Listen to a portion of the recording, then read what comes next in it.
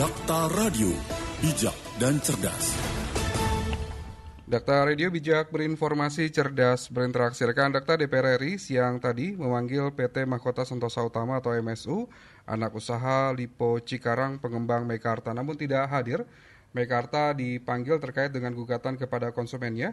Lalu bagaimanakah sebetulnya pemanggilan yang dilakukan oleh Komisi 6 DPR RI? Kita sudah tersambung bersama dengan anggota Komisi 6 fraksi Partai Amanat Nasional, Daeng Muhammad. Dakta Radio, bijak dan cerdas. Assalamualaikum warahmatullahi wabarakatuh, Kang Daeng. Waalaikumsalam warahmatullahi wabarakatuh. Kabar sehat ya, Kang ya? Alhamdulillah. Baik, Kang Daeng ini tadi sempat memanggil PT Mahkota Sentosa Utama, anak usaha dari Lipo Cikarang, pengembang Meikarta, namun tidak hadir dalam rapat yang direncanakan berlangsung pada siang tadi. Mungkin agendanya seperti apa untuk pemanggilan yang dilakukan, Kang? Jadi gini, kita ingin sebetulnya gini, dasar kita adalah karena kita bermitra dengan namanya Badan Perlindungan Konsumen Nasional. Iya. Jadi dengan dasar itu, karena ada pengaduan dari konsumen, sehingga hari ini kita melakukan pemanggilan terhadap MSU. Jadi supaya mengkonfirmasi berkaitan dengan pengaduan dari konsumen yang kemarin merasa dirugikan oleh investasi di Meikarta. Baik. Artinya memang untuk meminta kejelasan ya berkaitan dengan investasi yang dilakukan oleh konsumen, tapi tidak kurun juga untuk mendapatkan unit. Selain itu juga Meikarta ini informasinya juga melakukan gugatan terhadap konsumennya. Nah, seperti apa, Kang, melihatnya, Kang? Ini yang lucu. Iya. Jadi ada konsumen yang merasa dirugikan oleh Meikarta ketika mereka menuntut keadilan atas kerugian yang mereka alami dan wan prestasi yang dilakukan oleh Meikarta atau MSU, yeah.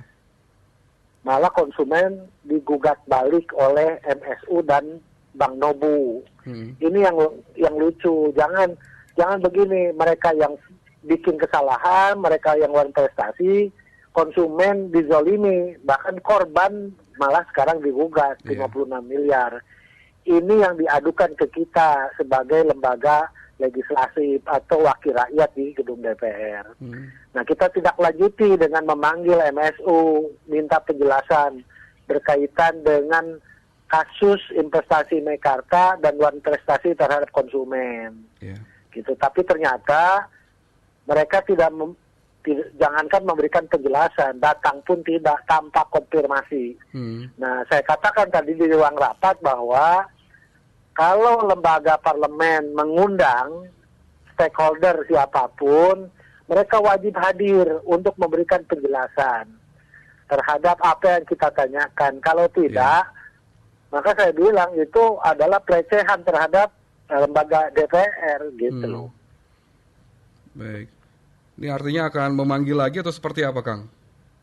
Ya, mekanismenya tadi pimpinan akan coba memanggil lagi atau langkah-langkah selanjutnya nanti kita serahkan pada pimpinan Komisi 6 untuk mengambil langkah-langkah politik strategis agar fungsi kita sebagai mitra dari perlindungan konsumen mampu memberikan perlindungan juga terhadap masyarakat yang merasa terzalimi oleh investasi di Meikarta. Karena ada beberapa laporan langsung ke saya, termasuk orang yang beli cash keras tahun 2017 sampai hari ini tidak ada kepastian juntrungan mendapatkan unit dari investasi dan pembelian di apartemen itu. Baik. Artinya memang banyak yang mengeluh ya, khususnya kepada Akang juga terkait dengan Meikarta yang juga belum kurun memberikan unit apartemennya ya, Kang ya? Oh iya, bahkan ada pengaduan berkaitan dengan orang yang cash keras dengan dua pilihan. Yang studio itu kalau minta dikembalikan, yang cash keras itu dipotong 63 juta. Unitnya tidak dapat, mereka yang menprestasi, orang ditarik duitnya, bayar cash, setelah itu main potong begitu saja. Kan ini lucu. Mereka yang bikin kesalahan, mereka yang prestasi, orang dikorbankan.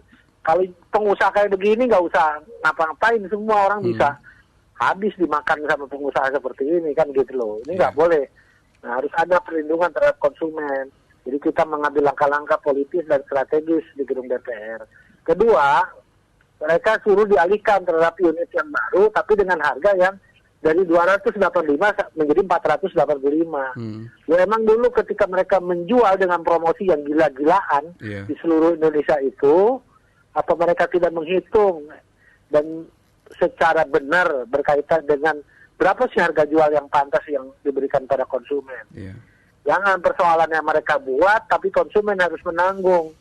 Dan konsumen, kalau rilis dari Mekarta dulu, bahwa mereka sudah menjual 130.000 konsumen. Itu disampaikan juga oleh kemarin koordinator dari konsumen Mekarta. Bisa dibayangkan berapa uang yang bisa ditarik. Minimum misalnya dari uang muka saja gitu, atau DP gitu loh. Iya, luar biasa banyak ini ya berkaitan dengan pembangunan ini. Ini kan pembangunan dari awal juga sudah ada masalah, Kang, seperti kasus suap yang memang melibatkan oknum-oknum pejabat maupun juga bupati terdahulu, Bu Neneng. Apakah ini juga jadi kendala berkaitan dengan adanya unit yang memang belum diserahkan oleh ke Mekarta ke konsumennya, Kang? Buat saya gini, itu tidak ada kaitannya. Konsumen tidak ngerti persoalan apakah itu ada suap menyuap, persoalan itu. Ketika mereka berani jual ke konsumen, berarti mereka sudah menyiapkan semua aturan sesuai dengan peraturan yang berlaku. Jadi tidak mungkin segala sesuatu yang mereka jual ke konsumen mereka tidak siapkan. Kalau terjadi persoalan antara pemerintah daerah dengan mereka, itu internal mereka. Jangan internal mereka mengorbankan konsumen yang halayak banyak yang ribuan orang itu. Tidak ada kaitannya. Kalau mereka ada suap menyuap sehingga muncul namanya tindak pidana korupsi yang kemarin terjadi di Pemda Bekasi antara Mekarta Group dengan MSU dengan pemerintah daerah, itu kaitannya berbeda. Jangan perilaku mereka yang curang, yang jahat, yang buat saya nggak benar, terus dikorbankan orang banyak. Orang ditarik duitnya, setelah itu mereka dengan seenaknya prestasi, setelah itu dirugikan konsumen kan gitu loh. Itu jadi persoalan buat kita kan gitu. Saat ini sudah ditangani oleh Badan Penyelesaian Sengketa Konsumen untuk konsumen dari Mekarta ini, Kang. Mungkin apa yang memang harus dilakukan oleh BPSK berkaitan dengan penyelesaian Jadi kemarin itu ini, kita panggil Badan Perlindungan Konsumen Nasional itu. Yang mereka sampaikan baru yang mereka mediasi itu 9 orang konsumen. Bisa dibayangkan 9 orang, sedangkan rilis dari MSU sendiri atau Mekarta 13.000 dulu dan laporan dari konsumen yang disampaikan di media itu 130.000-an. Bahkan sampai kemarin katanya yang disampaikan ke Badan Perlindungan Konsumen itu ada 15.000 perwakilan kan gitu loh. Nah ini juga menjadi persoalan, pertanyaannya tidak ada keterbukaan. Berapa sih konsumen cash kerasnya Mekarta, berapa yang nyicil, berapa yang cash bertahap, kan itu disampaikan. Dan ketika muncul PKPU juga, konsumennya nyaris tidak tahu, nggak ada yang ngerti gitu loh. Mereka tidak paham terjadi PKPU, tiba-tiba ada keputusan yang dilakukan di pengadilan, walaupun sudah inkrah, prosesnya tidak benar gitu. Betul. Nah, kan saya bilang kebijakan walaupun inkrah itu adalah kebijakan keputusan hukum, tapi kalau prosedurnya tidak benar, ya berarti ada oknum yang bermain di situ. Baik. Kang, ini kan selain Mekarta juga banyak pengembang yang juga nakal begitu ya. Mungkin apa, Kang, yang memang harus dirubah secara undang-undang atau bagaimana nih pemerintah menyikapi berkaitan dengan hal ini, Kang? Sebetulnya begini, aturan perundang-undangannya kan sudah baku dan sudah benar. Ini kan tergantung para pelaku usahanya sendiri. Kalau memang niatnya mau nipu, mau bohong, ya siapapun itu. Termasuk sekarang Mekarta atau MSU itu kan di bawah Lipo Group.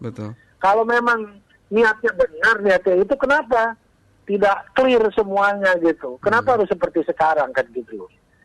Buat saya gini, mau perusahaan kecil, perusahaan besar, itu tergantung pelaku dari pengusahanya itu sendiri. Kalau kebijakannya memang memberikan kepuasan terhadap konsumen, perlindungan terhadap konsumen, saya pikir undang-undang perlindungan konsumen juga sangat jelas memberikan perlindungan terhadap konsumen kita. Tapi ternyata memang kalau ada yang nakal saja. Kan gitu aja. Baik, pemerintah juga diharapkan tidak takut ya terhadap Meikarta begitu ya, pengembang Lipo Cikarang memang ini sudah besar begitu ya, Jangan Kang ya. mentang-mentang perusahaan besar, jangan mentang-mentang oligarki itu enaknya aja mengorbankan warga negara Republik Indonesia yang adalah saudara saya. Betul. Nggak bisa, kita di DPR juga tidak akan tinggal diam. Saya komit untuk ngawal kasus ini sampai terjadi penyelesaian seperti apa. Baik, artinya nanti DPR juga akan kembali mengundang Meikarta dan juga membantu penyelesaian proses yang memang dihadapi oleh konsumen Meikarta ya, Kang Daeng ya? Oh iya, kalau ranah hukumnya kita tidak akan ikut campur, itu Betul. penyelesaiannya beda. Iya.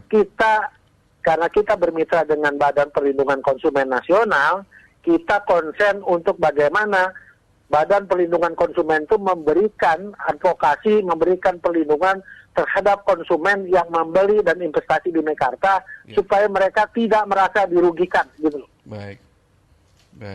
Kang Daeng, terakhir mungkin apa yang ingin disampaikan kepada pemerintah agar terus mendorong agar kasus ini juga bisa diselesaikan ya, sengketa antara konsumen dan juga PT MSU selaku pengembang Meikarta, Kang? Ya, saya sampaikan kemarin juga ke Badan Perlindungan Konsumen Nasional. Kalau perlu ada aturan yang perlu diperbaiki untuk memberikan satu perlindungan yang baik terhadap konsumen kita, itu sampaikan ke gedung DPR. Dan saya bilang kepada Badan Perlindungan Konsumen Nasional, jangan pernah takut untuk berhadapan dengan siapapun. Karena lembaga negara hadir dan ada itu adalah keberadaan untuk melindungi seluruh rakyatnya. Seperti itu. Baik. Kang Daeng, terima kasih sudah berbincang bersama dengan Dokter. Mudah-mudahan kasus yang menimpa konsumen Meikarta ini segera selesai ya, Kang ya. Siap. Baik. Mudah-mudahan doanya aja dari semuanya. Ya. Baik. Terima kasih. Selamat beraktivitas kembali, Kang Daeng. Assalamualaikum warahmatullahi wabarakatuh. Waalaikumsalam warahmatullahi wabarakatuh. Dakta Radio, bijak dan cerdas. Rekan Dakta, itu tadi kami ajak berbincang anggota Komisi 6 DPR RI, fraksi Partai Amanat Nasional